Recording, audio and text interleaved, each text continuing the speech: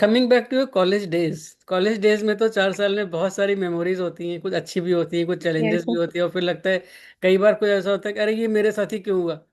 ठीक है ना, it may happen, it always happens with most of us, generally रहता है। So any event, any person, anything which has actually impacted you in in your in your college journey, anything.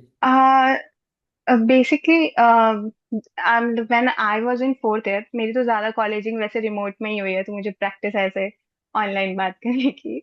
But when I was into fourth year, जब मैं college में थी, I joined research. Basically I was doing research in lab, particularly with Charu ma'am.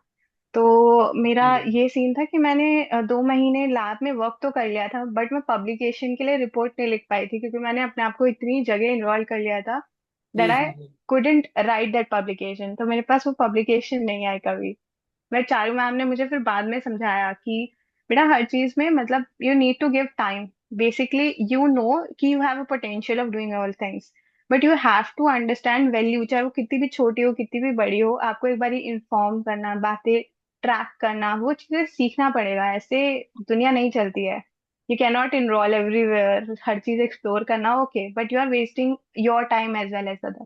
So that one thing that I learned कि मैं सब कुछ कर सकती हूँ, बट अकेले नहीं कर सकती। सो आई रियली रिक्वायर पीपल जो मुझे भी समझे, मेरे साथ भी काम करे। तो देन मैंने वैसे लिटरेचर रिव्यू कर लिया था, बट स्टिल मैं रिपोर्ट अपनी, एक जो मेरी लैब रिसर्च चल रही थी, जो कि बहुत ही फर्स्ट ऑफ इंडिया होगी उस प्लांट के ऊपर, वो मैं कंप्लीट नहीं कर पाई थी। तो okay, that's one thing that I understand with her. Okay, okay, okay.